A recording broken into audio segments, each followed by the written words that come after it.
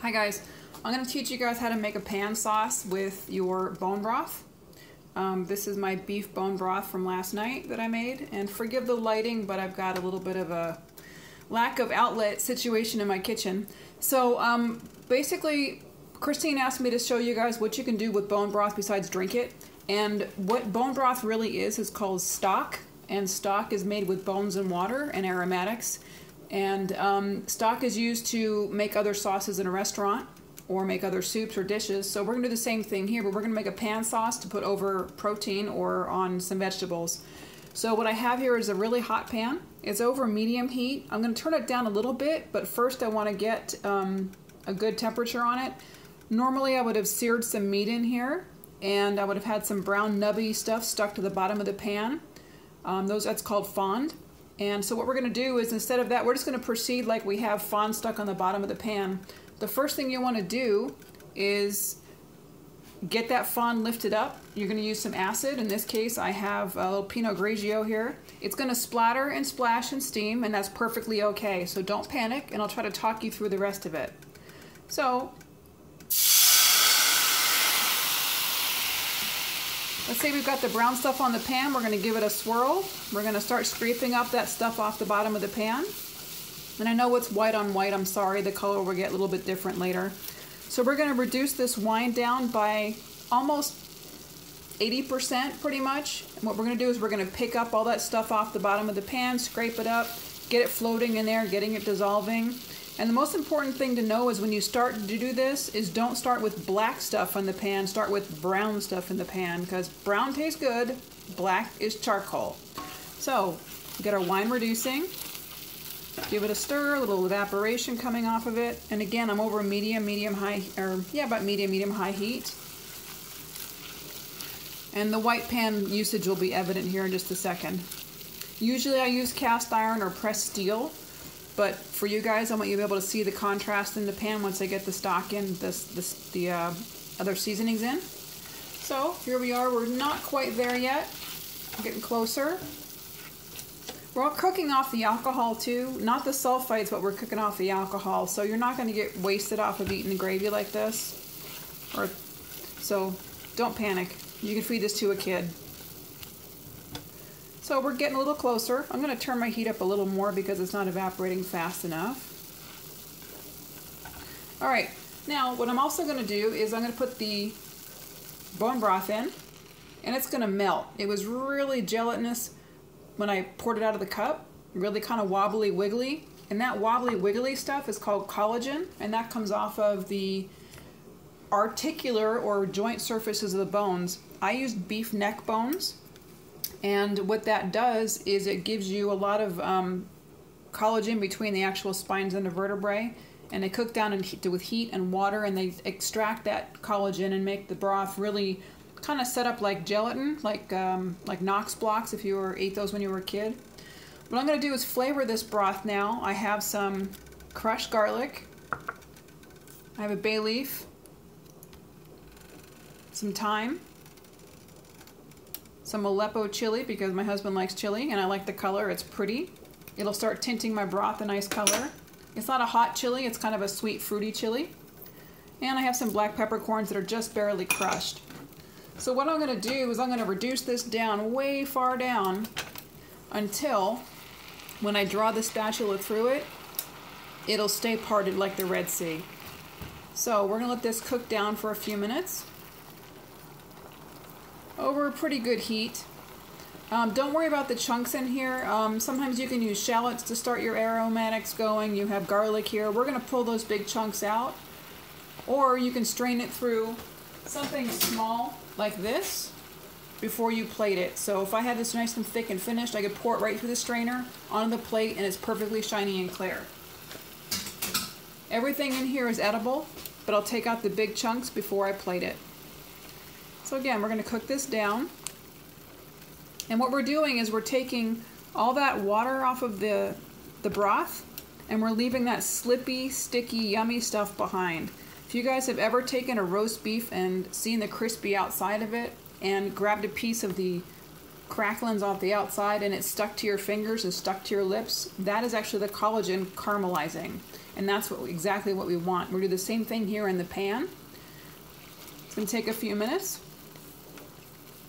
What I have here is I have a little bit of collagen starting to dry around the edge, and I'm scraping that off. You can see it here on the spatula, that brown stuff. I want to get that back in the pan, let it dissolve again. That's what's going to enrich this and make that broth sticky and slippy and delicious. So we're going to bring some broth up here on the side, and we're going to scrape that back into the pot.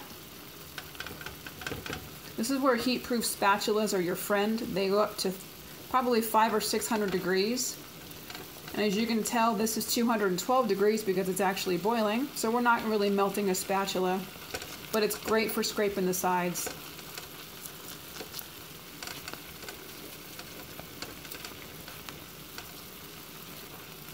This smells really good right now. The one thing I'm not doing is I'm not salting this until right before the very end, because what happens is when you infuse bones and water together, there's some natural salts that come out of the meat. Animals and humans are, of course, a good portion sodium and water. So that sodium's also in the broth here already. So we're going to wait to add our salt. And we're going to finish this a really neat way. In restaurants, when you go and order a Wellington or something, you're going to see a beautiful pan sauce with it, and it's so shiny, and it's so thick and pretty, and it feels really good on your mouth and it sticks on your fork. There's a secret to that, and I'm going to show you what that secret is, and you're going to look at me and go, wow, that was just really crazy simple. So we're getting a little more slip here. Keep cleaning my edges.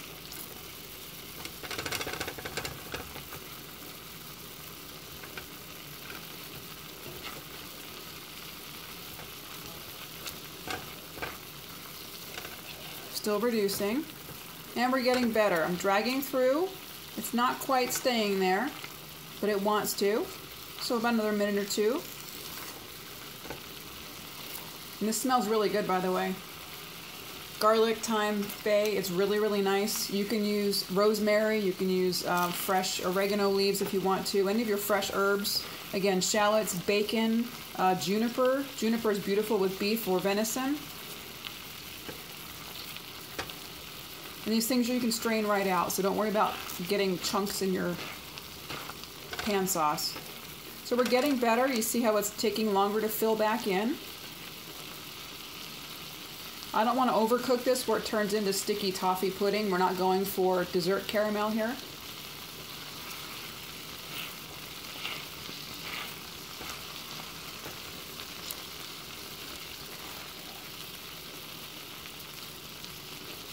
Another minute or so. This is usually done on the fly in a restaurant, so while someone is searing a steak on the grill, someone's making this pan sauce right next to them, getting ready to put the whole thing together, just like you see on Hell's Kitchen and other cooking shows. There's a sauce person, there's a grill person, a vegetable person. We're getting better. This pan has a lot of movement because it's ceramic, but it will start to stick at a certain point. We're getting better. The bubbles are getting smaller and more evenly spread out. A lot more steam's coming off, so we're getting really close. Ah, there we go. It smells different now. It smells nice and thick.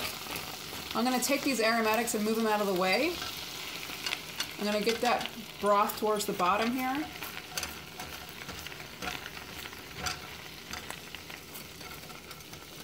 Take a little bit more water off. Then what we're going to do is we're going to finish this off the heat.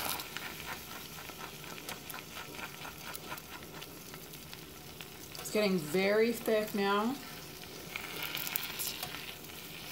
A little bit more to go. See how it's sticking and coating my spatula? Get that back in there.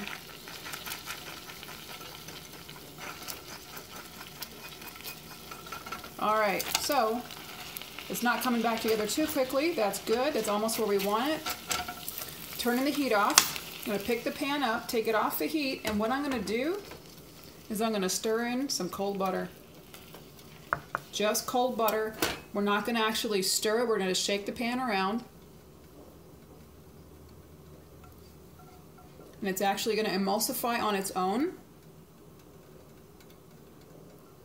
and make a nice, pretty, thick sauce. It's got a lot of gloss to it, a lot of slip to it. There's salt in that butter, so I'm just going to taste it and make sure it's right where I need it to be. That's really, really pretty. And we'll take a scoop, and that's your pan sauce. You can go a little tighter on this and thicken it up some more if you like. This is really garlicky, a little bit peppery, a little bit salty. It smells really, really good.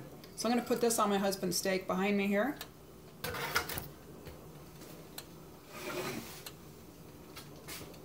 Did a red sauce earlier with some wine and the video didn't take, but there you go.